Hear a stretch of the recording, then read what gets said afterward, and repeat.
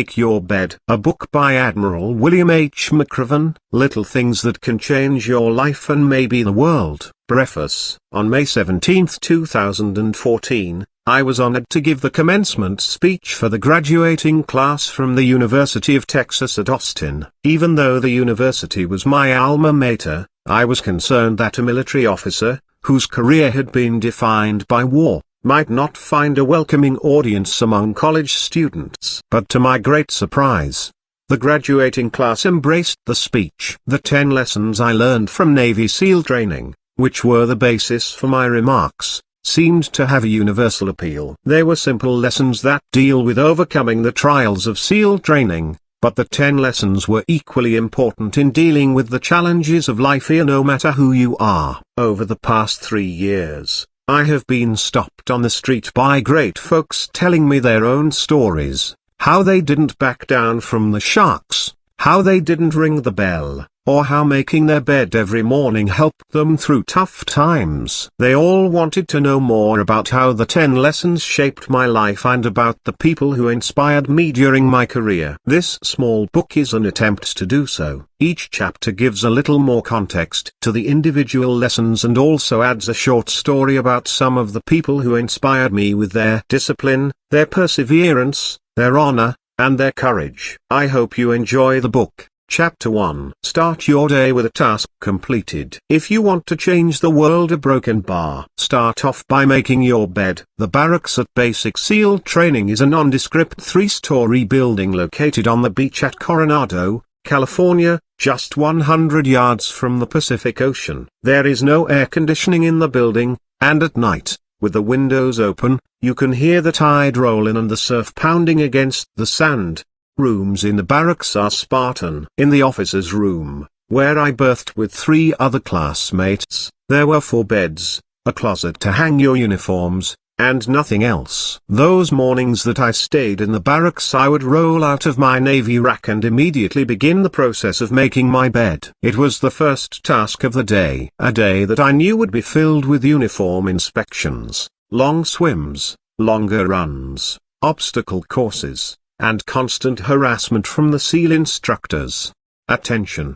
shouted the class leader, Lieutenant Junior Grade Daniel Stewart, as the instructor entered the room. Standing at the foot of the bed, I snapped my heels together and stood up straight as a chief petty officer approached my position. The instructor, stern and expressionless, began the inspection by checking the starch in my green uniform hat to ensure the 8-sided cover was crisp and correctly blocked. Moving from top to bottom, his eyes looked over every inch of my uniform. Were the creases in the blouse and trousers aligned? Was the brass on the belt shinned to a mirror-like radiance? Were my boots polished bright enough so he could see his fingers in their reflection? Satisfied that I met the high standards expected of a SEAL trainee, he moved to inspect the bed. The bed was as simple as the room, nothing but a steel frame and a single mattress. A bottom sheet covered the mattress, and over that was a top sheet. A grey wool blanket tucked tightly under the mattress provided warmth from the cool San Diego evenings. A second blanket was expertly folded into a rectangle at the foot of the bed. A single pillow, made by the lighthouse for the blind, was centered at the top of the bed and intersected at a 90-degree angle with the blanket at the bottom. This was the standard. Any deviation from this exacting requirement would be cause for me to hit the surf and then roll around on the beach until I was covered head to toe with wet sand, referred to as a sugar cookie.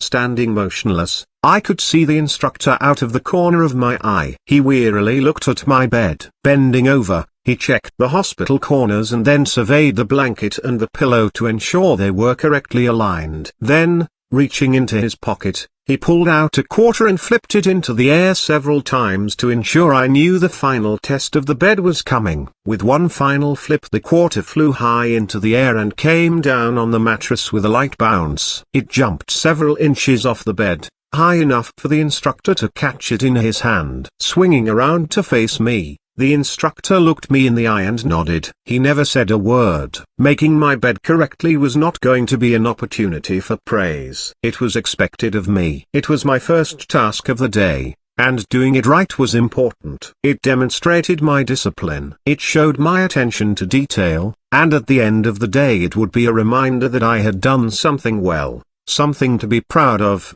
no matter how small the task.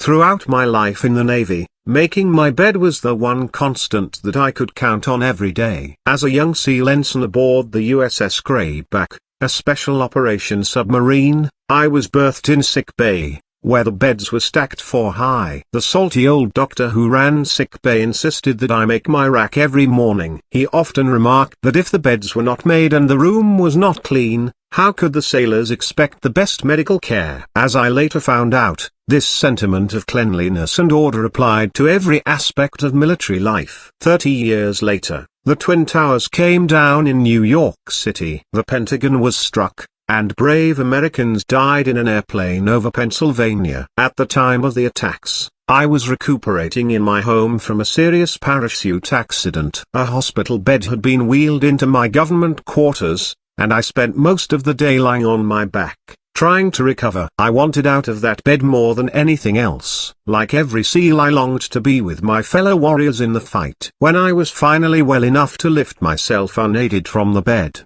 the first thing I did was pull the sheets up tight, adjust the pillow, and make sure the hospital bed looked presentable to all those who entered my home. It was my way of showing that I had conquered the injury and was moving forward with my life. Within 4 weeks of 9/11, I was transferred to the White House, where I spent the next 2 years in the newly formed Office of Combating Terrorism. By October 2003, I was in Iraq at our makeshift headquarters on the Baghdad airfield. For the first few months we slept on army cots. Nevertheless, I would wake every morning, roll up my sleeping bag, place the pillow at the head of the cot, and get ready for the day. In December 2003, U.S. forces captured Saddam Hussein. He was held in confinement, during which time we kept him in a small room. He also slept on an army cot, but with the luxury of sheets and a blanket. Once a day I would visit Saddam to ensure my soldiers were properly caring for him. I noticed, with some sense of amusement,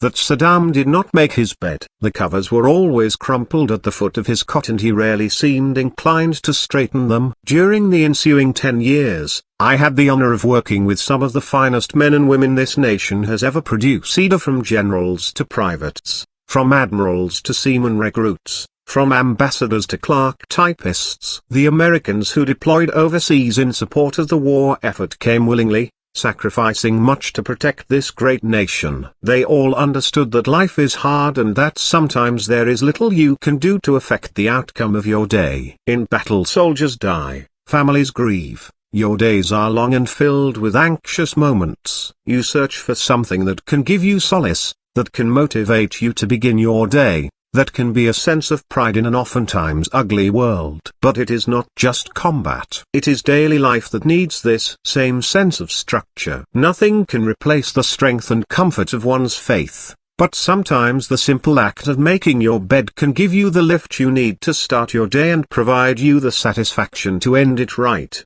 If you want to change your life and maybe the world, start off by making your bed. Chapter 2. You can't go it alone. If you want to change the world, find someone to help you paddle. I learned early on in SEAL training the value of teamwork, the need to rely on someone else to help you through the difficult tasks. For those of us who were tadpoles hoping to become Navy frogmen, a 10-foot rubber raft was used to teach us this vital lesson. Everywhere we went during the first phase of SEAL training we were required to carry the raft. We placed it on our heads as we ran from the barracks, across the highway, to the chow hall. We carried it in a low slung position as we ran up and down the Coronado sand dunes. We paddled the boat endlessly from north to south along the coastline and through the pounding surf. 7 men, all working together to get the rubber boat to its final destination.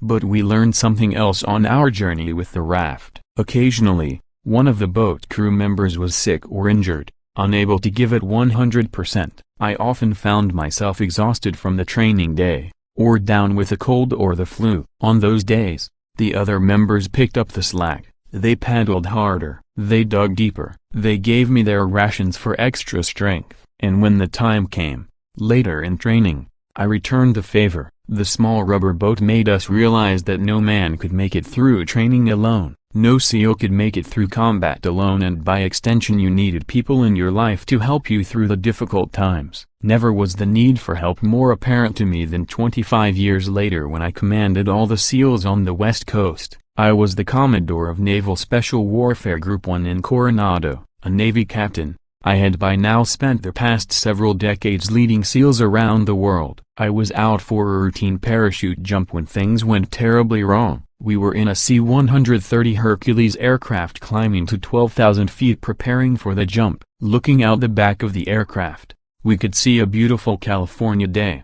Not a cloud in the sky. The Pacific Ocean was calm, and from this altitude you could see the border of Mexico just a few miles away. The jump master yelled to stand by. Now on the edge of the ramp, I could see straight down to the ground. The jump master looked me in the eye, smiled, and shouted, "Go, go, go." I dove out of the aircraft, arms fully extended and legs tucked slightly behind my back. The prop blast from the aircraft sent me tilting forward until my arms caught air and I leveled out. I quickly checked my altimeter, made sure I wasn't spinning, and then looked around me to ensure no jumper was too close to me. 20 seconds later I had fallen to the full altitude of 5,500 feet. Suddenly, I looked below me and another jumper had slid beneath me, intersecting my path to the ground. He pulled his ripcord, and I could see the pilot chute deploying the main parachute from his backpack. Immediately, I thrust my arms to my side,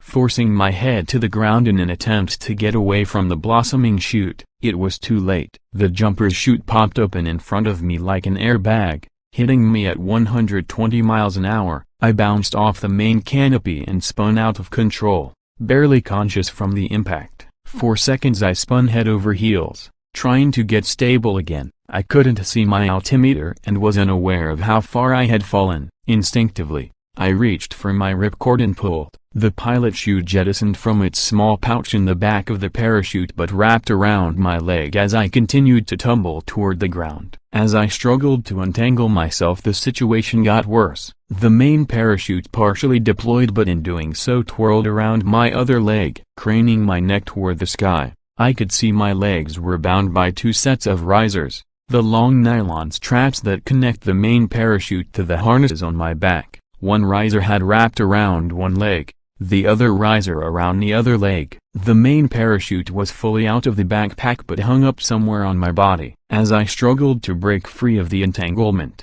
suddenly I felt the canopy lift off my body and begin to open. Looking toward my legs, I knew what was coming next. Within seconds, the canopy caught air. The two risers, one wrapped around each leg, suddenly and violently pulled apart, taking my legs with them. My pelvis separated instantly as the force of the opening ripped my lower torso. The 1,000 small muscles that connect the pelvis to the body were torn from their hinges. My mouth dropped open and I let out a scream that could be heard in Mexico. Searing pain arched through my body, sending waves pulsating downward to my pelvis and upward to my head. Violent, muscular convulsions racked my upper torso, shooting more pain through my arms and legs. Now, like having an out-of-body experience, I became aware of my screaming and tried to control it, but the pain was too intense. Still head down and falling too fast, I turned myself upright in the harness, relieving some of the pressure on my pelvis and back. 1,500 feet. I had fallen over 4,000 feet before the parachute deployed. The good news, I had a full canopy over my head. The bad news, I was broken apart by the impact of the opening. I landed over 2 miles from the drop zone. Within a few minutes the drop zone crew and an ambulance arrived. I was taken to the trauma hospital in downtown San Diego. By the next day I was out of surgery. The accident had ripped my pelvis apart by almost 5 inches. The muscles in my stomach had become detached from the pelvic bone and the muscles in my back and legs were severely damaged from the opening shock. I had a large titanium plate screwed into my pelvis and a long scapular screw drilled into my backside for stability. This seemed like the end of my career. To be an effective SEAL you had to be physically fit. My rehabilitation was going to take months, maybe years, and the Navy was required to conduct a medical evaluation to determine if I was fit for duty. I left the hospital 7 days later but remained bedridden at my home for the next 2 months. All my life I had the feeling I was invincible. I believed that my innate athletic abilities could get me out of most perilous situations. And, up to this point, I had been right. Many times during my career I had encountered life-threatening incidents, mid-air collisions in another parachute, uncontrolled descent in a minijub, nearly falling hundreds of feet off an oil rig, getting trapped beneath a sinking boat, demolition that exploded prematurely, and countless Moria incidents where a split second decided the fate between living and dying. Each time I had somehow managed to make the right decision, and each time I was physically fit enough to overcome the challenge before me. Not this time. Now, lying in bed, all I felt was self-pity. But that would not last for long. My wife, Georgian, had been given nursing duties. She cleaned my wounds, gave me the required daily shots, and changed my bedpan. But most importantly, she reminded me of who I was. I had never given up on anything in my life, and she assured me that I was not going to start now. She refused to let me feel sorry for myself. It was the kind of tough love that I needed, and as the days went by, I got better. My friends came by the house, called constantly, and helped with whatever they could. My boss, Admiral Eric Olson, somehow found a way around the policy that required the Navy to conduct a medical evaluation of my ability to continue to serve as a SEAL. His support for me likely saved my career. During my time in the SEAL teams I had numerous setbacks, and in each case, someone came forward to help me. Someone who had faith in my abilities, someone who saw potential in me where others might not, someone who risked their own reputation to advance my career. I have never forgotten those people, and I know that anything I achieved in my life was a result of others who have helped me along the way. None of us are immune from life's tragic moments. Like the small rubber boat we had in basic SEAL training, it takes a team of good people to get you to your destination in life. You cannot paddle the boat alone. Find someone to share your life with. Make as many friends as possible,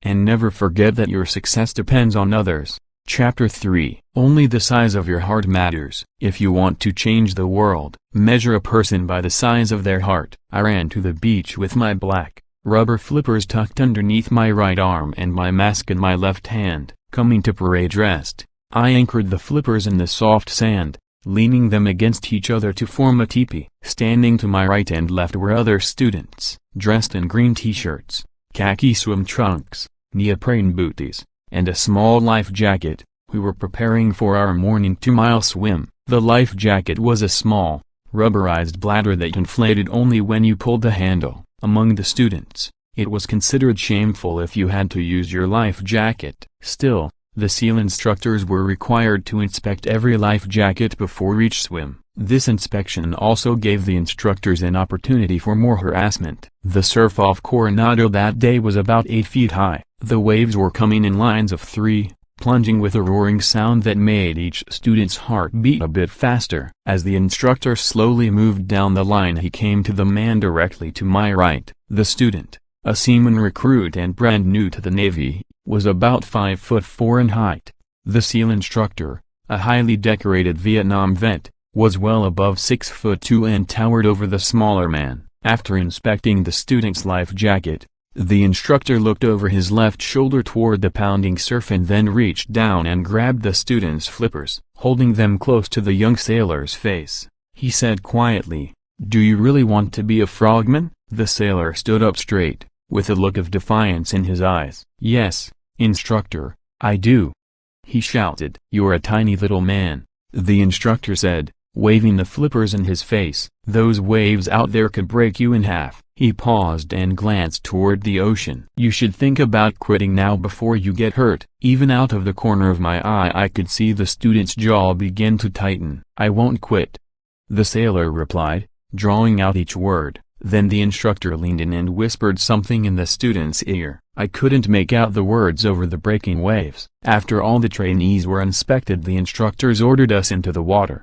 and we began our swim. An hour later, I crawled out of the surf zone, and standing on the beach was the young seaman recruit. He had finished the swim near the head of the class. Later that day, I pulled him aside and asked what the instructor had whispered to him. He smiled and said proudly, "Prove me wrong." SEAL training was always about proving something. Proving that size didn't matter. proving that the color of your skin wasn't important, proving that money didn't make you better, proving that determination and grit were always more important than talent. I was fortunate to learn that lesson a year before training began. As I boarded the city bus in downtown San Diego, I was excited about the prospect of visiting the basic SEAL training facility across the bay in Coronado. I was a first-class midshipman attending my summer cruise as part of the Naval Reserve Officers Training Corps (ROTC) program. As a first-class midshipman, I was between my junior and senior years in college, and if all went well,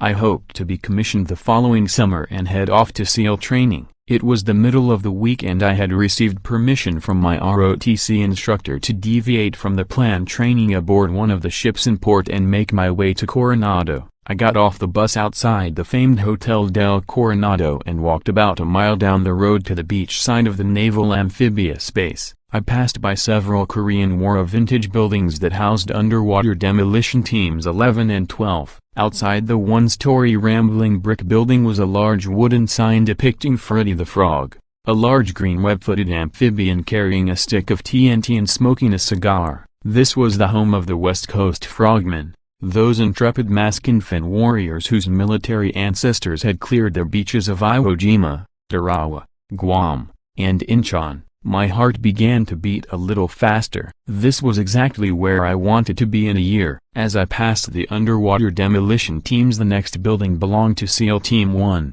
at the time a new breed of jungle fighters who had earned their reputation in Vietnam as some of the toughest men in the military. Another large wooden sign showed Sammy the SEAL, a dagger in one hand and a dark cloak wrapped around his shoulders. As I would later learn, the Frogmen and the SEALs were one and the same. All the men were graduates of SEAL training, all Frogmen at heart. Finally, I approached the last government building on the beach side of the naval base. On the outer facade of the building it read, Basic Underwater Demolition SEAL Training. Standing outside the main entrance were two SEAL instructors surrounded by some young high school Sea cadets. The two SEALs towered over the high school students. Senior Chief Petty Officer Dick Ray stood 6'3" with broad shoulders, a thin waist, a deep tan, and a dark pencil-thin mustache. He was everything I expected a SEAL to look like. Standing next to him was Chief Petty Officer Gene Wentz. Well over 6 feet, Wentz was built like a linebacker,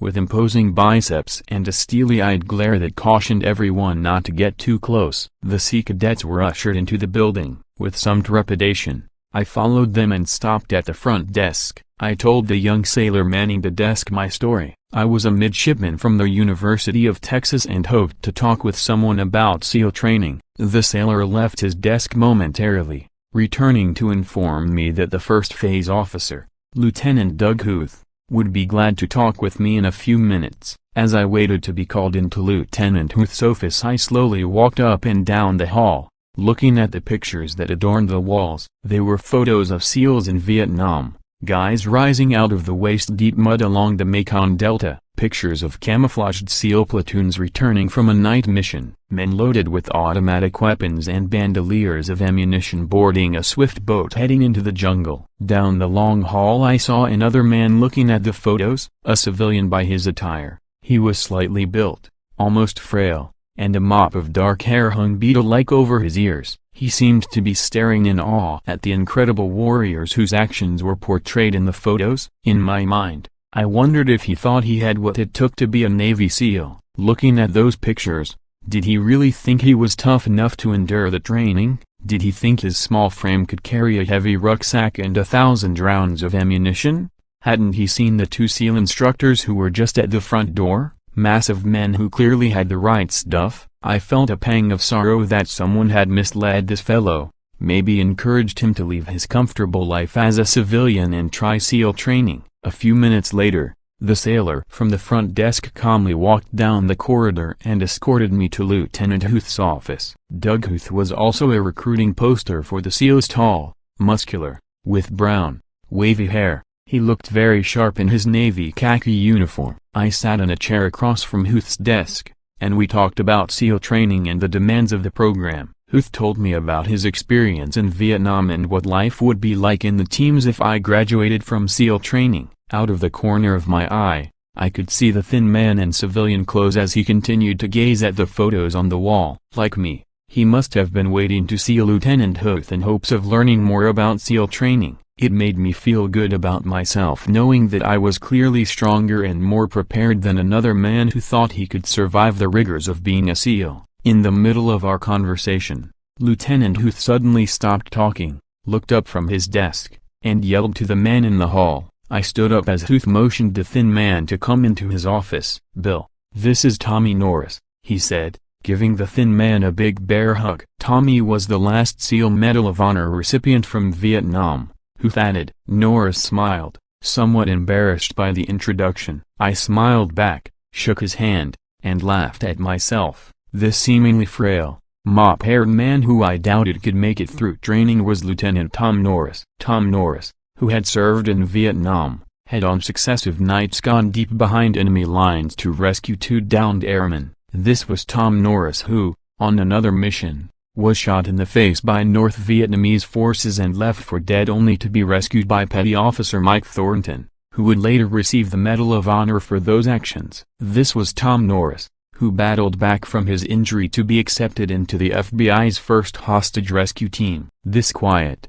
reserved, humble man was one of the toughest SEALs in the long history of the teams. In 1969, Tommy Norris was almost booted out of SEAL training. They said he was too small, too thin, and not strong enough. But much like the young sailor in my class, Norris proved them all wrong and once again showed that it's not the size of your flippers that count, just the size of your heart. Chapter 4, Life's Not Fair. Drive on. If you want to change the world, get over being a sugar cookie and keep moving forward. I ran to the top of the sand dune and without hesitation sprinted down the other side, heading full speed toward the Pacific Ocean, fully clothed in my green utilities, short-billed hat, and combat boots. I dove headfirst into the waves as they pounded the beach off Coronado, California.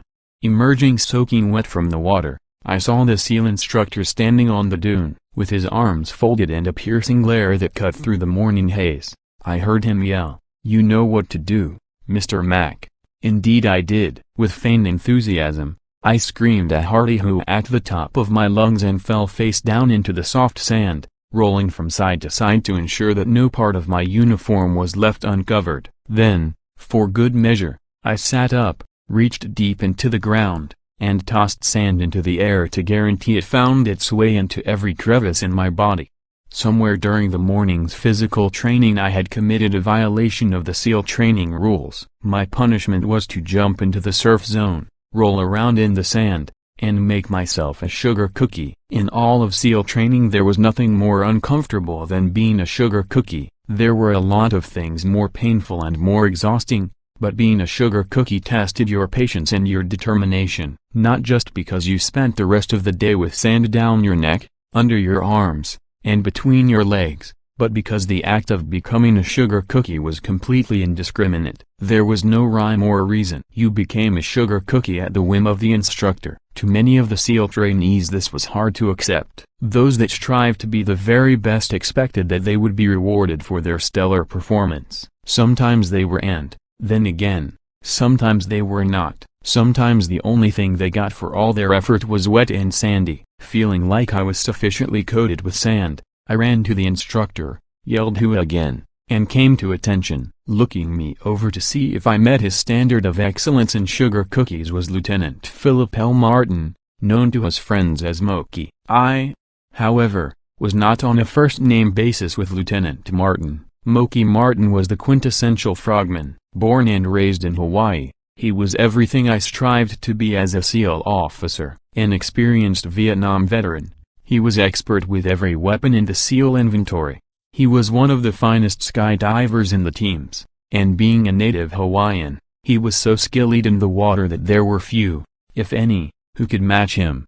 "Mr. Mac, do you have any idea why you are a sugar cookie this morning?" Martin said in a very calm but questioning manner. "No, Instructor Martin," I dutifully responded, "because, Mr. Mac, life isn't fair and the sooner you learn it the better off you will be." A year later, Lieutenant Martin and I were on a first-name basis. I had completed basic SEAL training, and he had been reassigned from the training center to Underwater Demolition Team 11 in Coronado. The more I got to know Moki, the deeper my respect grew for him. In addition to being a superb SEAL operator, Moki was also a phenomenal athlete. In the early 1980s, he was on the leading edge of the triathlon craze. He had a beautiful freestyle stroke in the open ocean. His calves and thighs were strong and moved him effortlessly on the long runs. But his real advantage was the bicycle. He and the bike were made for each other. Every morning he would mount the bike and go for a 30-mile ride up and down the Coronado Silver Strand. There was a flat stretch of paved bike path that paralleled the Pacific Ocean. It ran from the city of Coronado to the city of Imperial Beach, with the ocean on one side and a bay on the other.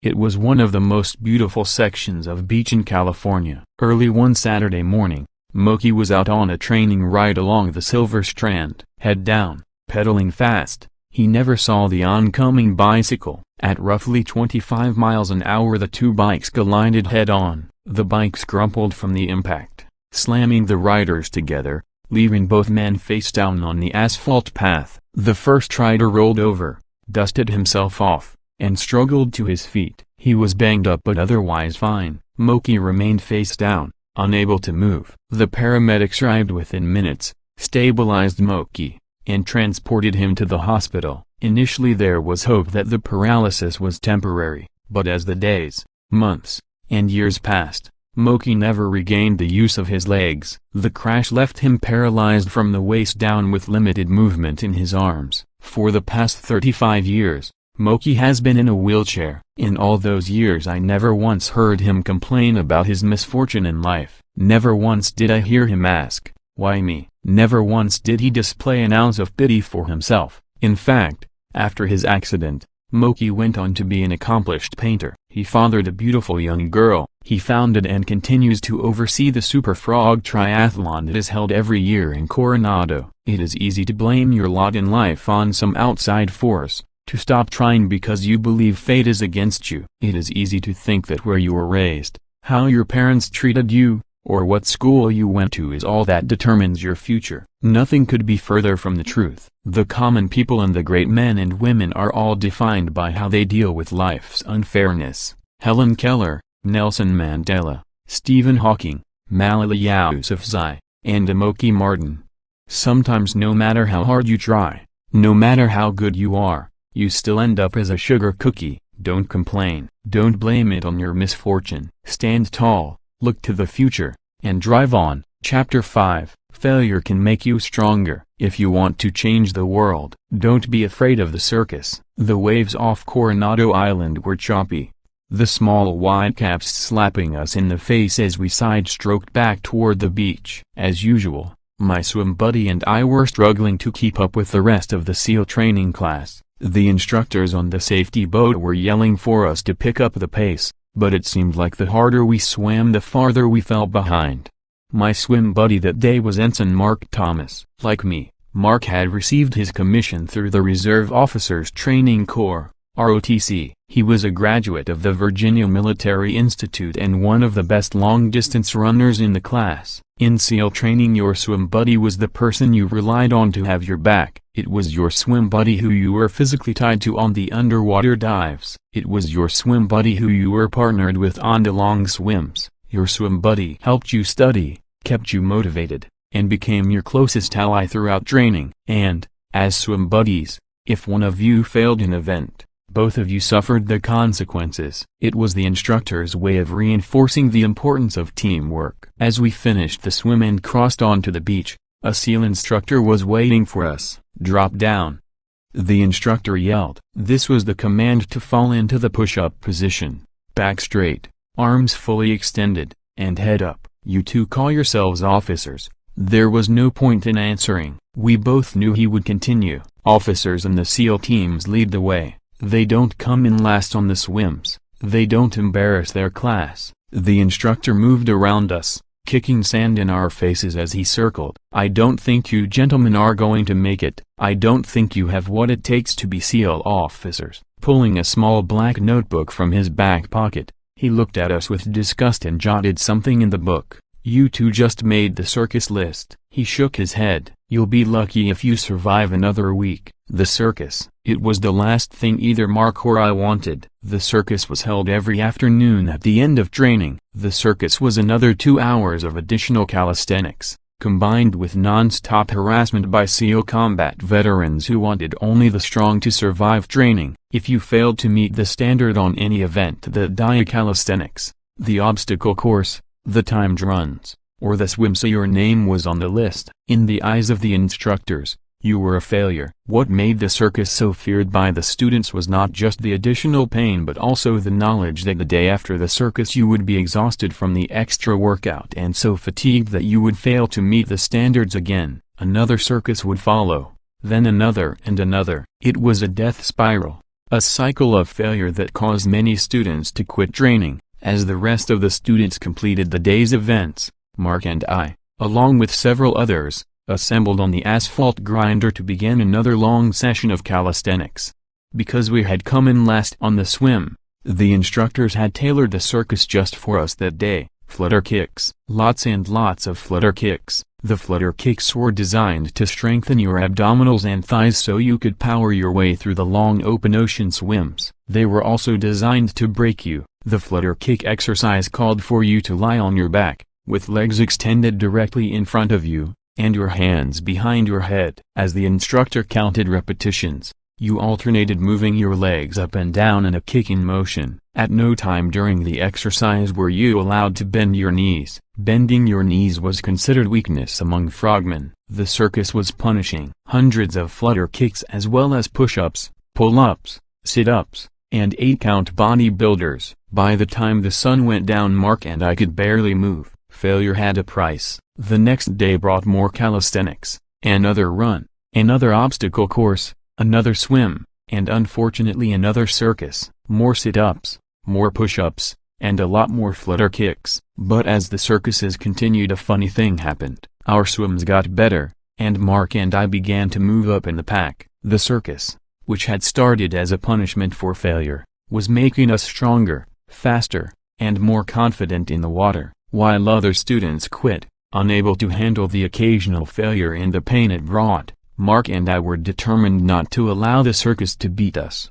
As training was coming to an end, there was one final open ocean swim, a 5-miler off the coast of San Clemente Island. Completing it in the allowable time was essential to graduating from SEAL training. The water was bitterly cold as we jumped off the pier and into the ocean. 15 swim pairs entered the water and began the long trek out of the small bay, around the peninsula, and over the kelp beds. After about 2 hours, the swim pairs were so spread out you couldn't tell where you were in the pack. 4 hours into the swim, numb, exhausted, and on the verge of hypothermia, Mark Thomas and I crossed the beach. There waiting at the surf's edge was the instructor. "Drop down," he yelled. My hands and feet were so cold I couldn't feel the sand beneath my fingers and toes. With my head straining to keep upright, all I could see was the instructor's boots as he walked around Mark and me. "Once again you two officers have embarrassed your class." Another set of boots appeared in my view and then another. Several instructors were now surrounding us. "You have made all your teammates look bad." He paused. "Recover,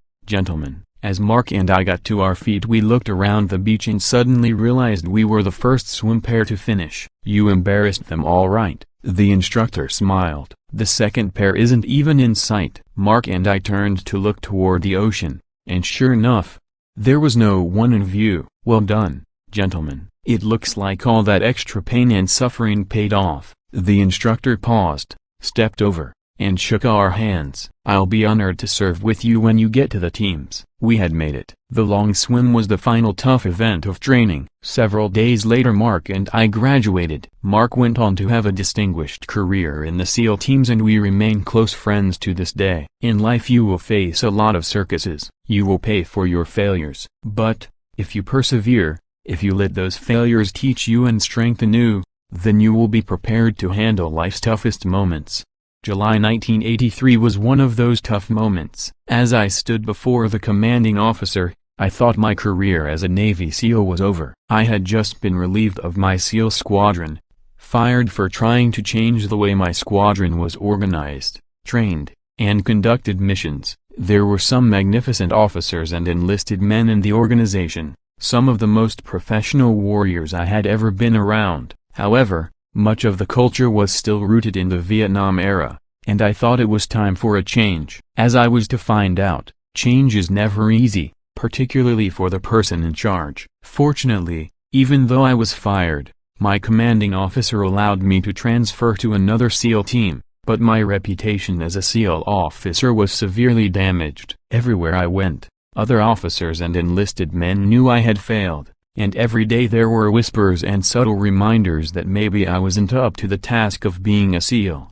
At that point in my career I had two options: quit and move on to civilian life, which seemed like the logical choice in light of my recent officer fitness report, or weather the storm and prove to others and myself that I was a good SEAL officer. I chose the latter. Soon after being fired, I was given a second chance, an opportunity to deploy overseas as the officer in charge of a SEAL platoon. Most of the time on that overseas deployment we were in remote locations, isolated and on our own. I took advantage of the opportunity to show that I could still lead. When you live in close quarters with 12 SEALs, there isn't anywhere to hide. They know if you are giving 100% on the morning workout. They see when you are first in line to jump out of the airplane and last in line to get the chow. They watch you clean your weapon, check your radio, read the intelligence, and prepare your mission briefs. They know when you have worked all night preparing for tomorrow's training. As month after month of the overseas deployment wore on, I used my previous failure as motivation to outwork, outhustle, and outperform everyone in the platoon. I sometimes fell short of being the best, but I never fell short of giving it my best. In time, I regained the respect of my men. Several years later I was selected to command a SEAL team of my own. Eventually I would go on to command all the SEALs on the West Coast. By 2003, I found myself in combat in Iraq and Afghanistan. Now that I was a one-star admiral leading troops in a war zone, every decision I made had its consequences. Over the next several years, I stumbled often. But, for every failure, for every mistake, there were hundreds of successes: hostages rescued, suicide bombers stopped, pirates captured, terrorists killed, and countless lives saved. I realized that the past failures had strengthened me, taught me that no one is immune from mistakes. True leaders must learn from their failures, use the lessons to motivate themselves, and not be afraid to try again or make the next tough decision. You can't avoid the circus. At some point we all make the list. Don't be afraid of the circus. Chapter 6. You must dare greatly. If you want to change the world, slide down the obstacle head first. Standing at the edge of the 30-foot tower, I grabbed the thick nylon rope. One end of the rope was attached to the tower and the other end anchored on the ground to a pole 100 feet away. I was halfway through the SEAL obstacle course and I was on a record pace, swinging my legs over the top of the line and holding on for dear life. I began to inch my way off the platform. My body hung underneath the rope, and with a caterpillar-like motion I slowly made my way, foot by foot, to the other end. As I reached the end, I released my grip on the line, dropped into the soft sand, and ran to the next obstacle. The other students in my class were yelling encouragement, but I could hear the SEAL instructor calling out the minutes. I had lost a lot of time on the slide for life. My possum-style technique of negotiating the long rope was just too slow, but somehow I couldn't bring myself to slide down the rope headfirst. Going headfirst off the tower, using a method called commando style, was much faster but also much riskier. You were less stable on the top of the rope than hanging underneath, and if you fell and injured yourself, you would be washed out of the class. I crossed the finish line with a disappointing time. As I was doubled over, trying to catch my breath, a grizzled old Vietnam vet with highly polished boots and a heavily starched green uniform stood hunched over me. "When are you going to learn, Mr. Mac?"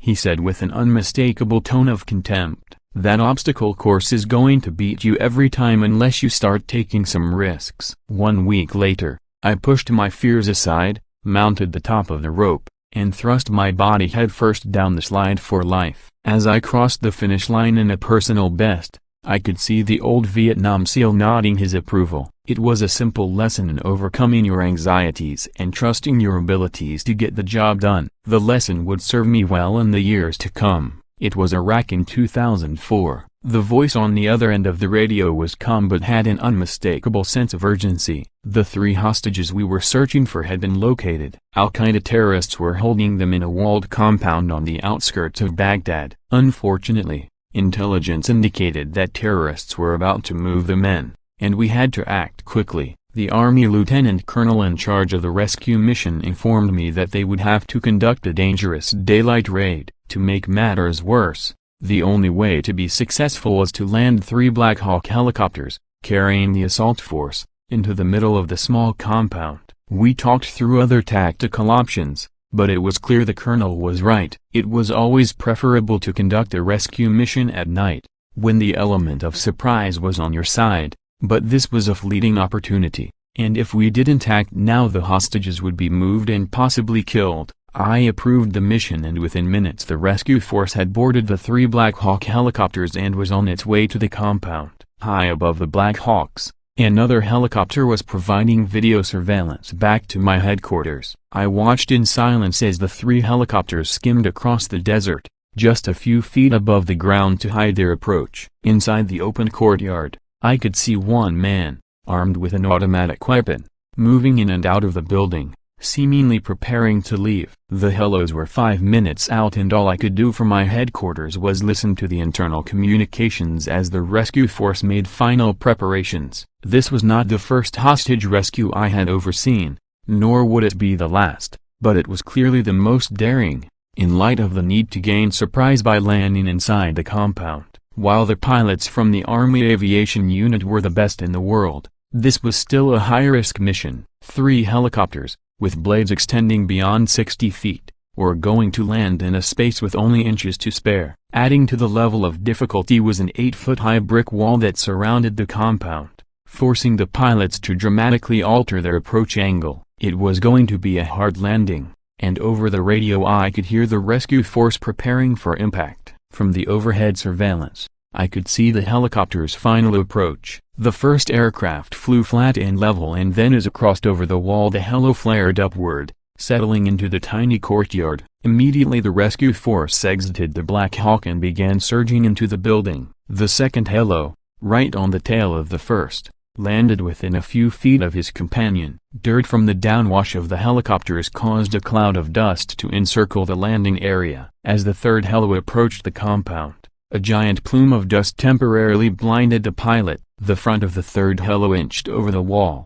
but the rear wheel clipped the 8-foot-high barricade, throwing bricks everywhere. With no room to spare, the pilot forced the helo to the ground with a thud, but everyone inside was unharmed. Minutes later, I received word that all the hostages were safe. Within 30 minutes the rescue force and the freed men were on their way back to safety. The gamble had paid off. Over the course of the next decade I would come to realize that assuming risk was typical of our special operations forces. They always pushed the limits of themselves and their machines in order to be successful. In many ways this is what set them apart from everyone else. However, contrary to what outsiders saw, the risk was usually calculated, thoughtful, and well planned. Even if it was spontaneous, the operators knew their limits but believed in themselves enough to try. Throughout my career, I always had great respect for the British Special Air Service, the famed SAS. The SAS motto was "Who dares wins." The motto was so widely admired that even moments before the Bin Laden raid, my command sergeant major, Chris Ferris, quoted it to the SEALs preparing for the mission. To me the motto was more than about how the British Special Forces operated as a unit. It was about how each of us should approach our lives. Life is a struggle and the potential for failure is ever present, but those who live in fear of failure, or hardship, or embarrassment will never achieve their potential. Without pushing your limits, without occasionally sliding down the rope head first, without daring greatly, you will never know what is truly possible in your life. Chapter 7. Stand up to the bullies. If you want to change the world, don't back down from the sharks. The water off San Clemente Island was choppy and cold as we began our formal night swim. Ensign Mark Thomas was matching my side strokes 1 for 1. With nothing but a loose-fitting wetsuit top, a mask, and a pair of fins, We swam hard against the current that was pushing southward around the small peninsula. The lights of the naval base from which we had started began to fade as we made our way out into the open ocean. Within an hour we were about a mile off the beach and seemingly all alone in the water. Whatever swimmers were around us were cloaked in darkness. I could see Mark's eyes through the glass in his face mask. His expression must have mirrored mine. We both knew that the waters off San Clemente were filled with sharks. Not just any sharks, but great white sharks, the largest, most aggressive man-eater in the ocean. Prior to our swim, the SEAL instructors had given us a briefing on all the potential threats we might encounter that night. There were leopard sharks, mako sharks, hammerhead sharks, thresher sharks, but the one we feared the most was the great white. There was something a little unnerving about being alone, at night, in the middle of the ocean, knowing that lurking beneath the surface was a prehistoric creature just waiting to bite you in half. But we both wanted to be SEALs so badly that nothing in the water that night was going to stop us. If we had to fight off the sharks, then we were both prepared to do so. Our goal, which we believed to be honorable and noble, gave us courage, and courage is a remarkable quality. Nothing and nobody can stand in your way. Without it, others will define your path forward. Without it, you are at the mercy of life's temptations. Without courage, men will be ruled by tyrants and despots. Without courage, no great society can flourish. Without courage, the bullies of the world rise up. With it, you can accomplish any goal. With it, you can defy and defeat evil. Saddam Hussein, the now former president of Iraq, sat on the edge of an old army cot clad only in an orange jumpsuit, having been captured by U.S. forces 24 hours earlier. He was now a prisoner of the United States. As I opened the door to allow the new Iraqi government leaders into the room, Saddam remained seated. A smirk crossed his face, and there was no sign of remorse or submission in his attitude. Immediately, the four Iraqi leaders began to yell at Saddam, but from a safe distance. With a look of contempt, Saddam gave them a deadly smile and motioned them to sit down. Still fearful of the former dictator, they each grabbed a folding chair and took their seats. The screaming and finger-pointing continued but slowly subsided as the former dictator began to talk. Under Saddam Hussein, the Ba'ath Party was responsible for the deaths of thousands of Shia Iraqis and tens of thousands of Kurds. Saddam had personally executed a number of his own generals whom he felt were disloyal. Although I was positive Saddam would no longer be a threat to the other men in the room, the Iraqi leaders were not so certain. The fear in their eyes was unmistakable. This man, the butcher of Baghdad, had for decades terrorized an entire nation. His cult of personality had drawn to him followers of the worst sort. His murderous thugs had brutalized the innocent and forced thousands to flee the country. No one in Iraq had mustered the courage to challenge the tyrant. There was no doubt in my mind that these new leaders were still terrified of what Saddam might be able to do even from behind bars. If the purpose of the meeting was to show Saddam that he was no longer in power, it had failed. In those brief moments, Saddam had managed to intimidate and frighten the new regime leadership. He seemed more confident than ever. As the Iraqi leaders left, I instructed my guards to isolate the former president in a small room. There would be no visitors, and the guards in the room were ordered not to talk with Saddam.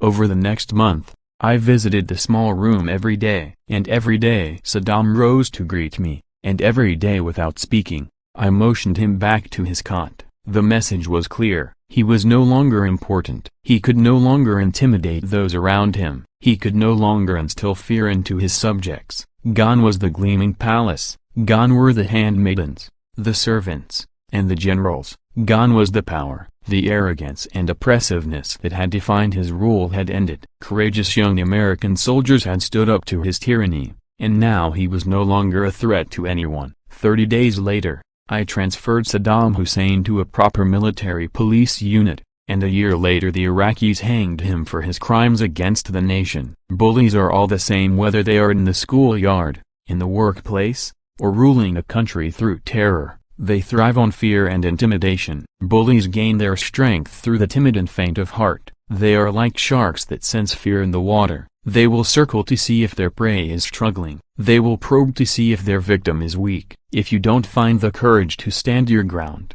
they will strike. In life, to achieve your goals, to complete the night swim, You will have to be men and women of great courage. That courage is within all of us. Dig deep, and you will find it in abundance. Chapter 8. Rise to the occasion. If you want to change the world, be your very best in the darkest moments. I stood on the small sandy spit of land, looking across the bay at the line of warships that were moored at 32nd Street Naval Base. In between the ships and our starting point was a small vessel anchored in San Diego Bay that would be this evening's target. Our training class had spent the last several months learning to dive the basic scuba and the more advanced, bubbleless, Emerson closed-circuit diving rig. Tonight was the culmination of dive phase, the most technically difficult part of basic SEAL training. Our objective was to swim the 2,000 meters underwater from the starting point across the bay to the anchored vessel. Once underneath the ship, we were to place our practice limpet mine on the keel and then,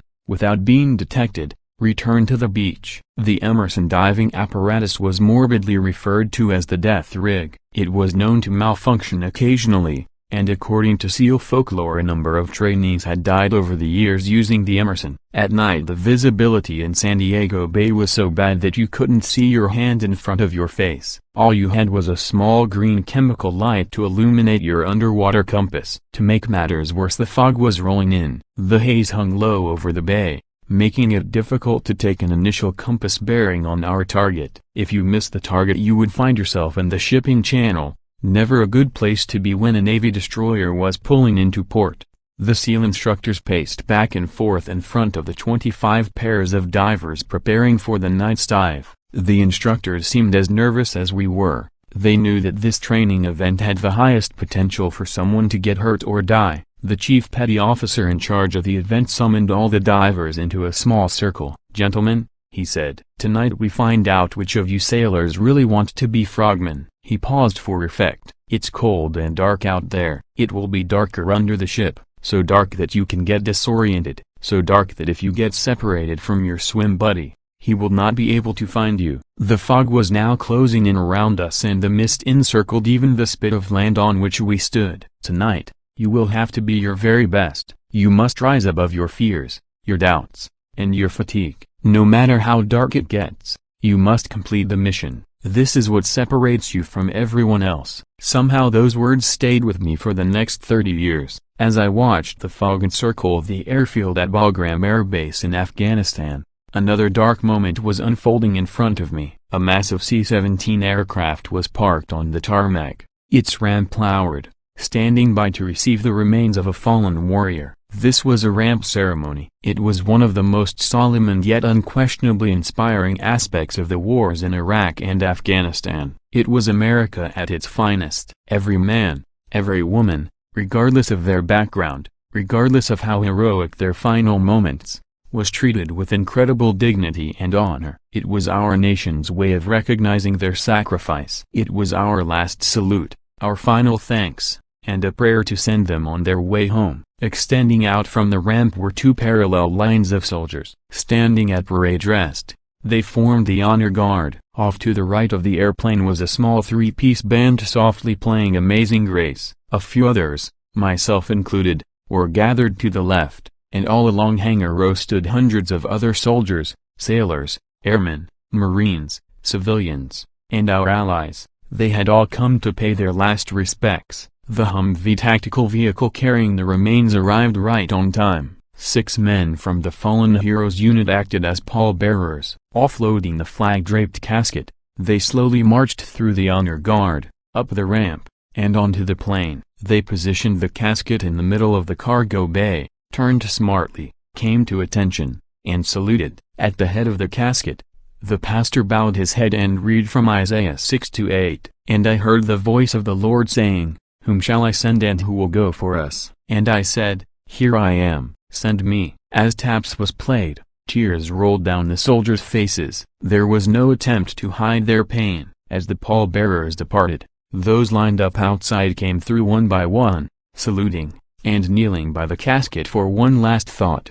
The C-17 would depart later that morning, refueling along the way and arriving at Dover Air Force Base. There, another honor guard, along with the family of the fallen soldier, would meet the casket and escort it home. There is no darker moment in life than losing someone you love. And yet I watched time and again as families, as military units, as towns, as cities, and as a nation, how we came together to be our best during those tragic times. When a seasoned Army special operator was killed in Iraq, his twin brother stood tall, comforting the soldiers' friends, holding the family together, and ensuring that his lost brother would be proud of his strength in this time of need. When a fallen Ranger was returned home to his base in Savannah, Georgia, his entire unit, dressed in their finest uniforms, marched from the church to the Rangers' favorite bar on River Street. All along the route, the town of Savannah turned out firefighters, police officers,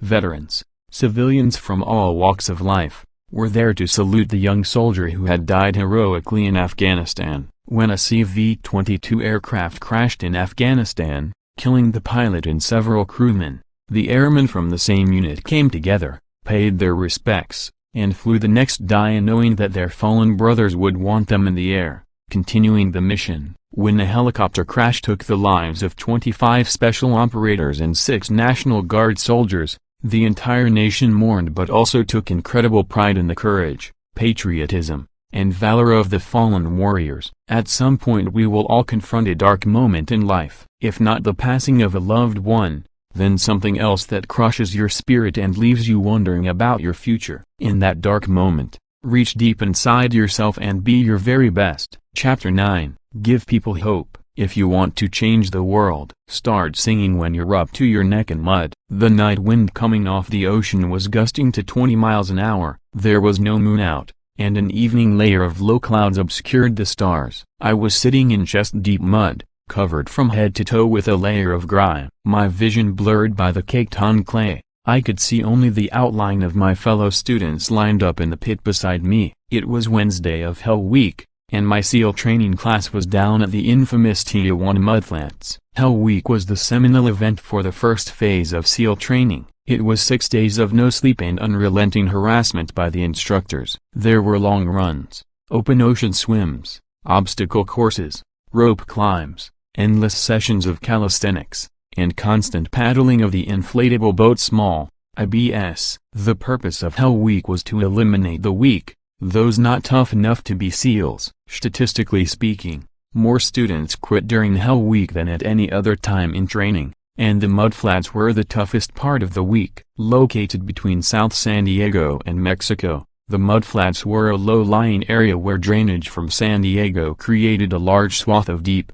thick mud that had the consistency of wet clay. Earlier that afternoon, our class had paddled our rubber boats from Coronado down to the mudflats. Soon after arriving we were ordered into the mud and began a series of races and individual competitions designed to keep us cold, wet, and miserable. The mud clung to every part of your body. It was so dense that moving through it exhausted you and tested your will to carry on. For hours the races continued. By the evening, we could barely move from the bone-chilling coldness and the fatigue. As the sun went down the temperature dropped, the wind picked up, and everything seemed to get even harder. Morale was declining rapidly. It was only Wednesday, and we all knew that another 3 days of pain and exhaustion lay ahead. This was the moment of truth for a lot of the students. Shaking uncontrollably, with hands and feet swollen from non-stop use and skin so tender that even the slightest movement brought discomfort, our hope for completing the training was fading fast. Silhouetted against the distant lights of the city,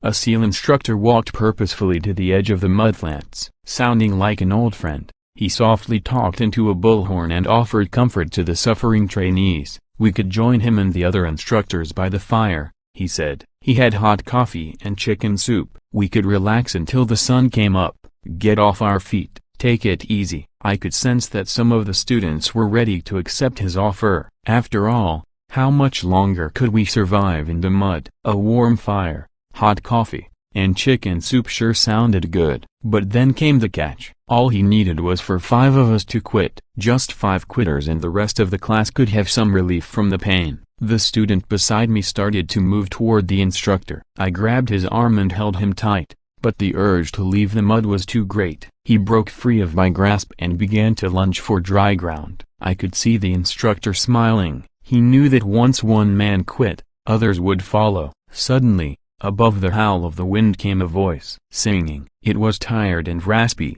but loud enough to be heard by all. The lyrics were not meant for tender ears, but everyone knew the tune. One voice became two and two became three, and then before long everyone was singing. The student rushing for the dry ground turned around and came back beside me, looping his arm around mine. He began to sing as well. The instructor grabbed the bullhorn and shouted for the class to quit singing. No one did. He yelled at the class leader to get control of the trainees. The singing continued. With each threat from the instructor, the voices got louder, the class got stronger, and the will to continue on in the face of adversity became unbreakable. In the darkness, with the fire reflecting on the face of the instructor, I could see him smile. Once again, we had learned an important lesson: the power of one person to unite the group, the power of one person to inspire those around him, to give them hope. If that one person could sing while neck deep in mud, then so could we. If that one person could endure the freezing cold,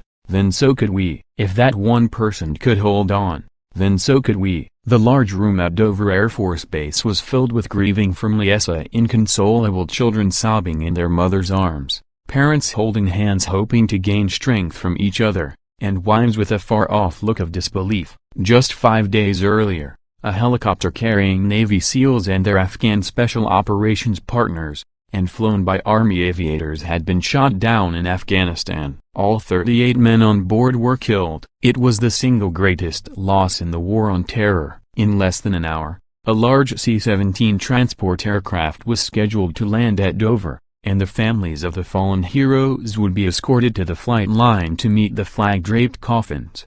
But as the families waited, the President of the United States, the Secretary of Defense, the service secretaries, and senior military leaders filed into the waiting room to pay their respects and give comfort where they could. I had attended dozens of services for fallen soldiers. It was never easy, and I often wondered whether my words of solace made any difference to those who lost loved ones, or whether the shock of their loss made everything I said incomprehensible. As my wife, Georgian, and I began to talk with the families, I struggled with the right words. How could I truly empathize with their pain? How could I tell them that the sacrifice of their son, their husband, their father, their brother, their friend, was worth it? I did my best to console each one. I hugged them, I prayed with them, I tried to remain strong for them, but somehow I knew my words fell short. Then, as I knelt down beside an elderly woman, I noticed the family next to me talking with Marine Lieutenant General John Kelly, the military assistant to the Secretary of Defense. Kelly was tall, lean, with close-cropped gray hair and dressed in an immaculate Marine uniform. The family was gathered around him, and I could sense that his words of sympathy and encouragement in the face of this tragedy were having a profound effect on the grief-stricken parents and their children. He smiled and they smiled. He hugged and they hugged back. He reached out his hand and they grasped it tightly. After embracing the parents one last time and thanking the family for their sacrifice, Kelly moved on to the next group of heartbroken survivors. During the next hour, John Kelly touched almost every family in the room. More than any other visitor that day, Kelly's words resonated with every parent, every wife, every brother and sister, and every friend. His words were words of understanding. His were words of compassion, and above all, his were words of hope. Only John Kelly could have made a difference that day. Only John Kelly could have given them hope, because only John Kelly knew what it was like to lose a son in combat. Marine First Lieutenant Robert Kelly was killed in Afghanistan in 2010 while serving with the 3rd Battalion, 5th Marines. General Kelly and his family had struggled with the tragedy, just like the families at Dover that day. But the Kelly family had survived. They had endured through the pain, the heartache, and the inconsolable sense of loss. As I watched him that day, he also gave me strength. The truth is, when you lose a soldier you grieve for the families, but you also fear that the same fate may someday befall you. You wonder whether you could survive the loss of a child, or you wonder how your family would get along without you by their side. You hope and pray that God will be merciful and not have you shoulder this unthinkable burden. Over the course of the next 3 years, John Kelly and I became close friends. He was a remarkable officer, a strong husband to his wife, Karen, and a loving father to his daughter, Kate, and oldest son, Marine Major John Kelly. But more than that, without ever knowing it, John Kelly gave all those around him hope, hope that in the very worst of times we could rise above the pain, the disappointment, and the agony and be strong, that we each had within us the ability to carry on and not only to survive but also to inspire others. Hope is the most powerful force in the universe. With hope you can inspire nations to greatness. With hope you can raise up the downtrodden. With hope you can ease the pain of unbearable loss. Sometimes all it takes is one person to make a difference. We will all find ourselves neck deep in mud someday. That is the time to sing loudly, to smile broadly, to lift up those around you and give them hope that tomorrow will be a better day. Chapter 10. Never, ever quit. If you want to change the world, don't ever ring the bell. I stood at attention along with the other 150 students beginning the first day of SEAL training. The instructor, dressed in combat boots, khaki shorts, and a blue and gold t-shirt, walked across the large asphalt courtyard to a brass bell hanging in full view of all the trainees. Gentlemen, he began. Today is the first day of SEAL training. For the next 6 months you will undergo the toughest course of instruction in the United States military. I glanced around and could see some looks of apprehension on the faces of my fellow students. The instructor continued, "You will be tested like no time in your life." Pausing, he looked around the class of new tadpoles. "Most of you will not make it through. I will see to that." He smiled. "I will do everything in my power to make you quit." He emphasized the last 3 words. "I will harass you unmercifully. I will embarrass you in front of your teammates. I will push you beyond your limits." Then a slight grin crossed his face. "And there will be pain,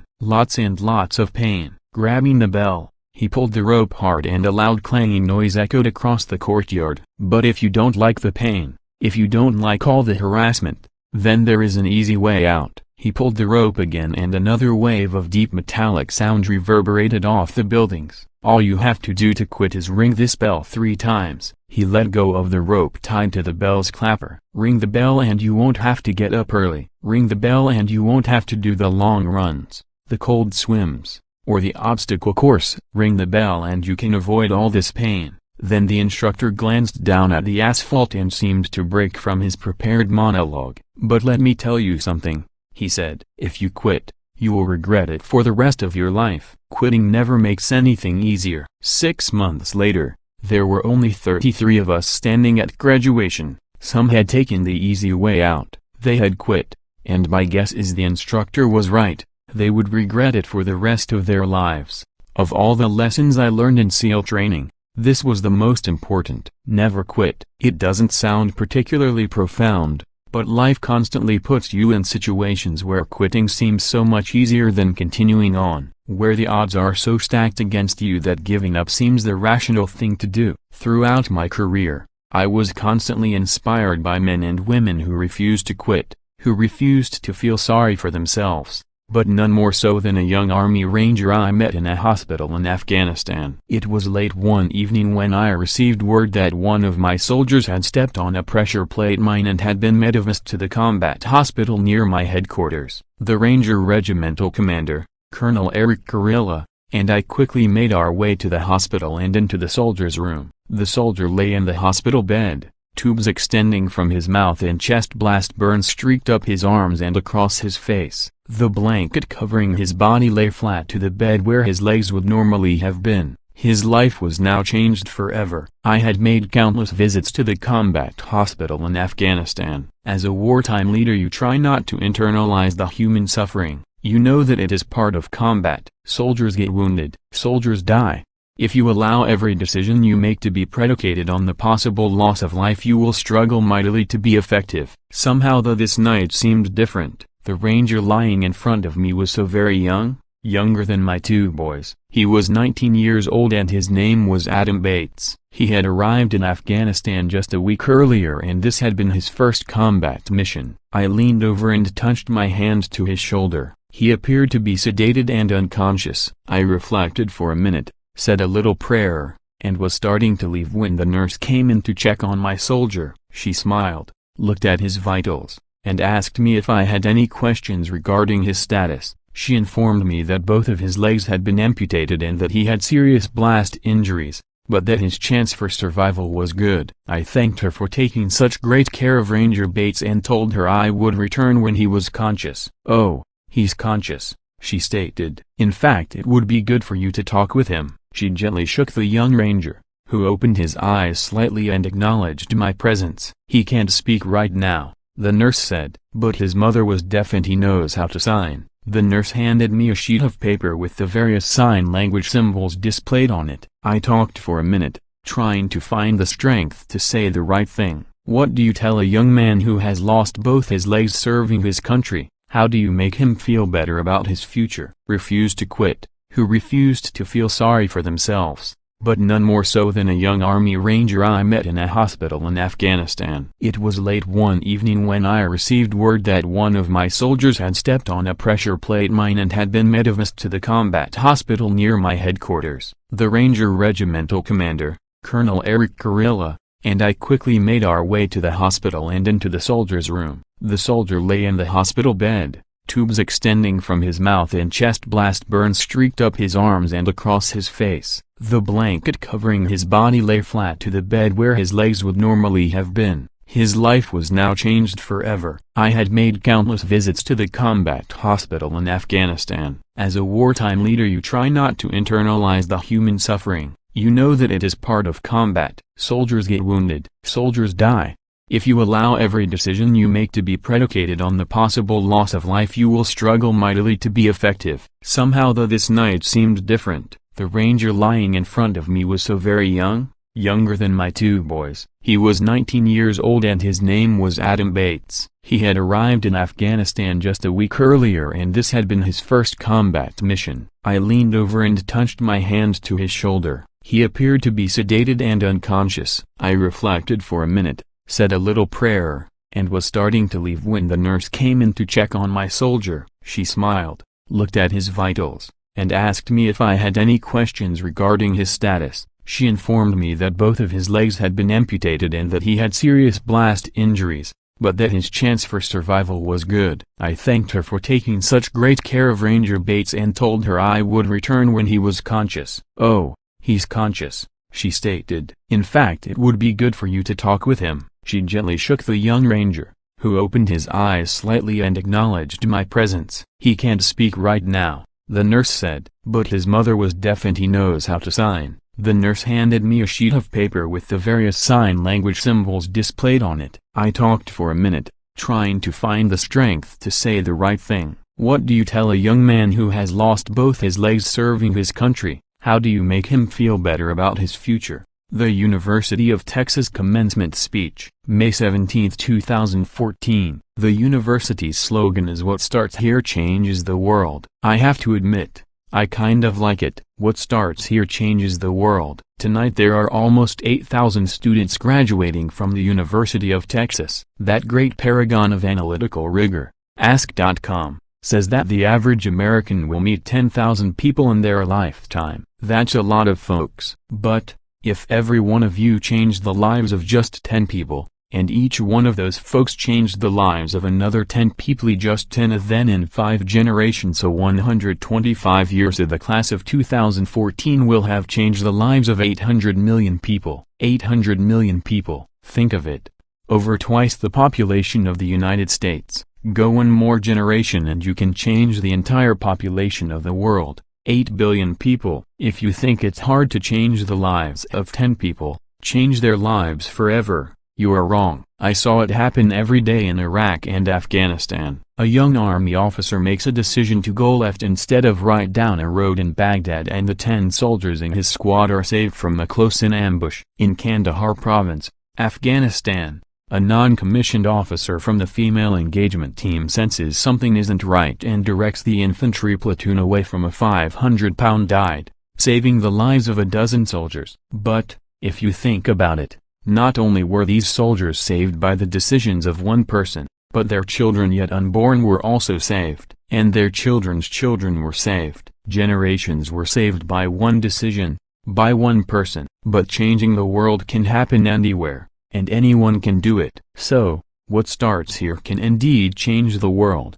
but the question is, what will the world look like after you change it? Well, I am confident that it will look much, much better. But if you will humor this old sailor for just a moment, I have a few suggestions that may help you on your way to a better world. And while these lessons were learned during my time in the military, I can assure you that it matters not whether you ever served a day in uniform. It matters not your gender, your ethnic or religious background, your orientation, or your social status. Our struggles in this world are similar, and the lessons to overcome those struggles and to move forward to changing ourselves and the world around USA will apply equally to all. I have been a Navy SEAL for 36 years, but it all began when I left UD for basic SEAL training in Coronado, California. Basic SEAL training is 6 months of long torturous runs in the soft sand, midnight swims in the cold water off San Diego, obstacle courses, unending calisthenics, days without sleep, and always being cold, wet, and miserable. It is 6 months of being constantly harassed by professionally trained warriors who seek to find the weak of mind and body and eliminate them from ever becoming a Navy SEAL. But the training also seeks to find those students who can lead in an environment of constant stress, chaos, failure, and hardships. To me, basic SEAL training was a lifetime of challenges crammed into 6 months. So, here are the 10 lessons I learned from basic SEAL training that hopefully will be of value to you as you move forward in life. Every morning in basic SEAL training, my instructors, who at the time were all Vietnam veterans, would show up in my barracks room, and the first thing they would inspect was your bed. If you did it right, the corners would be square, the covers pulled tight, the pillow centered just under the headboard, and the extra blanket folded neatly at the foot of the rack. It was a simple task, mundane at best, but every morning we were required to make our bed to perfection. It seemed a little ridiculous at the time, particularly in light of the fact that we were aspiring to be real warriors, tough battle-hardened SEALs, but the wisdom of this simple act has been proven to me many times over. If you make your bed every morning, you will have accomplished the first task of the day. It will give you a small sense of pride, and it will encourage you to do another task and another and another. By the end of the day, that one task completed will have turned into many tasks completed. Making your bed will also reinforce the fact that little things in life matter. If you can't do the little things right, you will never do the big things right. And, if by chance you have a miserable day, you will come home to a bed that is madia, and a made bed gives you encouragement that tomorrow will be better. If you want to change the world, start off by making your bed. During SEAL training, the students are broken down into boat crews. Each crew is 7 students, 3 on each side of a small rubber boat and 1 coxswain to help guide the dinghy. Every day your boat crew forms up on the beach and is instructed to get through the surf zone and paddle several miles down the coast. In the winter, the surf off San Diego can get to be 8 to 10 feet high, and it is exceedingly difficult to paddle through the plunging surf unless everyone digs in. Every paddle must be synchronized to the stroke count of the coxswain. Everyone must exert equal effort or the boat will turn against the wave and be unceremoniously tossed back on the beach. For the boat to make it to its destination, everyone must paddle. You can't change the world alone. You will need some help, and to truly get from your starting point to your destination takes friends, colleagues, the goodwill of strangers, and a strong coxswain to guide them. If you want to change the world, find someone to help you paddle. Over a few weeks of difficult training, my SEAL class, which started with 150 men, was down to just 42. There were now 6 boat crews of 7 men each. I was in the boat with the tall guys, but the best boat crew we had was made up of the little guys of the Munchkin crew, we called them. No one was over about 5'5". The Munchkin boat crew had 1 American Indian, 1 African American, 1 Polish American, 1 Greek American, 1 Italian American, and 2 tough kids from the Midwest. They out-paddled, outran, and outswam all the other boat crews. The big men in the other boat crews would always make good-natured fun of the tiny little flippers the Munchkins put on their tiny little feet prior to every swim. But somehow these little guys, from every corner of the nation and the world, always had the last laugh, swimming faster than everyone and reaching the shore long before the rest of us. SEAL training was a great equalizer. Nothing mattered but your will to succeed, not your color, not your ethnic background, not your education, and not your social status. If you want to change the world, measure a person by the size of their heart, not the size of their flippers. Several times a week, the instructors would line up the class and do a uniform inspection. It was exceptionally thorough. Your hat had to be perfectly starched, your uniform immaculately pressed, and your belt buckle shiny and devoid of any smudges. But it seemed that no matter how much effort you put into starching your hat or pressing your uniform or polishing your belt buckle, it just wasn't good enough. The instructors would find something wrong. For failing the uniform inspection, the student had to run, fully clothed, into the surf zone and then, wet from head to toe, roll around on the beach until every part of his body was covered with sand. The effect was known as a sugar cookie. You stayed in that uniform the rest of the day, cold, wet, and sandy. There were many students who just couldn't accept the fact that all their effort was in vain, that no matter how hard they tried to get the uniform right, it was unappreciated. Those students didn't make it through training. Those students didn't understand the purpose of the drill. You were never going to succeed. You were never going to have a perfect uniform. Sometimes no matter how well you prepare or how well you perform, you still end up as a sugar cookie. It's just the way life is sometimes. If you want to change the world, get over being a sugar cookie and keep moving forward. Every day during training you were challenged with multiple physical events, long runs, long swims, obstacle courses, and hours of calisthenics, something designed to test your mettle. Every event had standards, times you had to meet. If you failed to meet those standards, your name was posted on a list, and at the end of the day those on the list were invited to a circus. A circus was 2 hours of additional calisthenics designed to wear you down, to break your spirit, to force you to quit. No one wanted a circus. A circus meant that, for that day, you didn't measure up. A circus meant more fatigue, and more fatigue meant that the following day would be more difficult and more circuses were likely. But at some time during SEAL training, every ENIA made the circus list. And an interesting thing happened to those who were constantly on the list.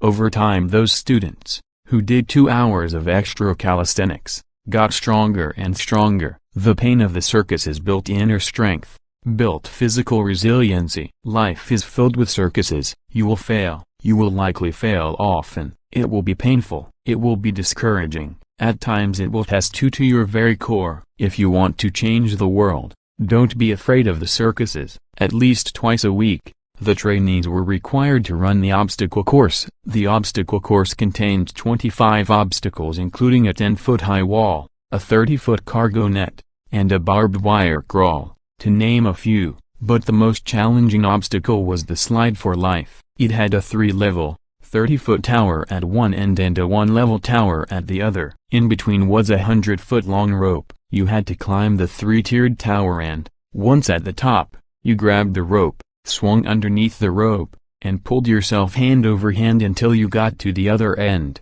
The record for the obstacle course had stood for years when my class began training in 1977. The record seemed unbeatable, until one day, a student decided to go down a slide for life via head first. Instead of swinging his body underneath the rope and inching his way down, he bravely mounted the top of the rope and thrust himself forward. It was a dangerous move, seemingly foolish, and fraught with risk. Failure could mean injury and being dropped from the training. Without hesitation, the student slid down the rope perilously fast, and instead of several minutes, it took him only half the time. By the end of the course he had broken the record. If you want to change the world, sometimes you have to slide down the obstacle head first. During the land warfare phase of training, the students are flown out to San Clemente Island, which lies off the coast of San Diego. The waters off San Clemente are a breeding ground for great white sharks. To pass SEAL training there are a series of long swims that must be completed. One is the night swim. Before the swim the instructors joyfully brief the trainees on all the species of sharks that inhabit the waters off San Clemente. They assure you, however, that no student has ever been eaten by a shark, at least not recently. But you are also taught that if a shark begins to circle your position, stand your ground. Do not swim away, do not act afraid, and if the shark, hungry for a midnight snack, darts toward you, then summon up all your strength and punch him in the snout, and he will turn and swim away. There are a lot of sharks in the world. If you hope to complete the swim you will have to deal with them. If you want to change the world, Don't back down from the sharks. One of our jobs as Navy SEALs is to conduct underwater attacks against enemy shipping. We practiced this technique extensively during basic training. The ship attack mission is where a pair of SEAL divers is dropped off outside an enemy harbor and then they swim well over 2 miles underwater using nothing but a depth gauge and a compass to get to their target. During the entire swim, even well below the surface there is some light that comes through. It is comforting to know that there is open water above you, but as you approach the ship, which is tied to a pier, the light begins to fade. The steel structure of the ship blocks the moonlight, it blocks the surrounding street lamps, it blocks all ambient light. To be successful in your mission, you have to swim under the ship and find the keel, the center line and the deepest part of the ship. This is your objective. But the keel is also the darkest part of the ship, where you cannot see your hand in front of your face, where the noise from the ship's machinery is deafening, and where it is easy to get disoriented and fail. Every SEAL knows that under the keel, at the darkest moment of the mission, is the time when you must be calm and composed, when all your tactical skills, your physical power, and all your inner strength must be brought to bear. If you want to change the world, you must be your very best in the darkest moment. The 9th week of training is referred to as Hell Week. It is 6 days of no sleep, constant physical and mental harassment, and one special day at the mudflats. The mudflats are an area between San Diego and Tijuana where the water runs off and creates the Tijuana Sloughs, a swampy patch of terrain where the mud will engulf you. It is on Wednesday of Hell Week that you paddle down to the mudflats and spend the next 15 hours trying to survive the freezing cold mud, the howling wind, and the incessant pressure from the instructors to quit.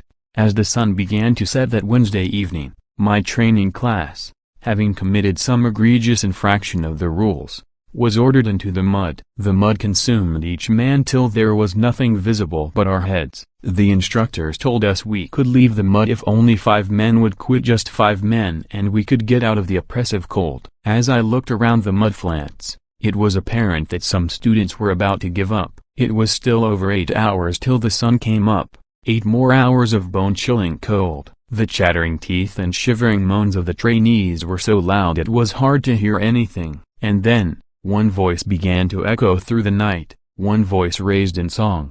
The song was terribly out of tune, but sung with great enthusiasm. One voice became 2 and 2 became 3, and before long everyone in the class was singing. We knew that if one man could rise above the misery, then others could as well. The instructors threatened us with more time in the mud if we kept up the singing. But the singing persisted, and somehow the mud seemed a little warmer, the wind a little tamer, and the dawn not so far away. If I have learned anything in my time traveling the world, it is the power of hope, the power of one person, a Washington, Lincoln, King, Mandela, and even a young girl from Pakistan, Malala. One person can change the world by giving people hope. If you want to change the world, start singing when you're up to your neck in mud. Finally, in SEAL training there is a bell, a brass bell that hangs in the center of the compound for all the students to see. All you have to do to quit is ring the bell. Ring the bell and you no longer have to wake up at 5 o'clock. Ring the bell and you no longer have to do the freezing cold swims. Ring the bell and you no longer have to do the runs,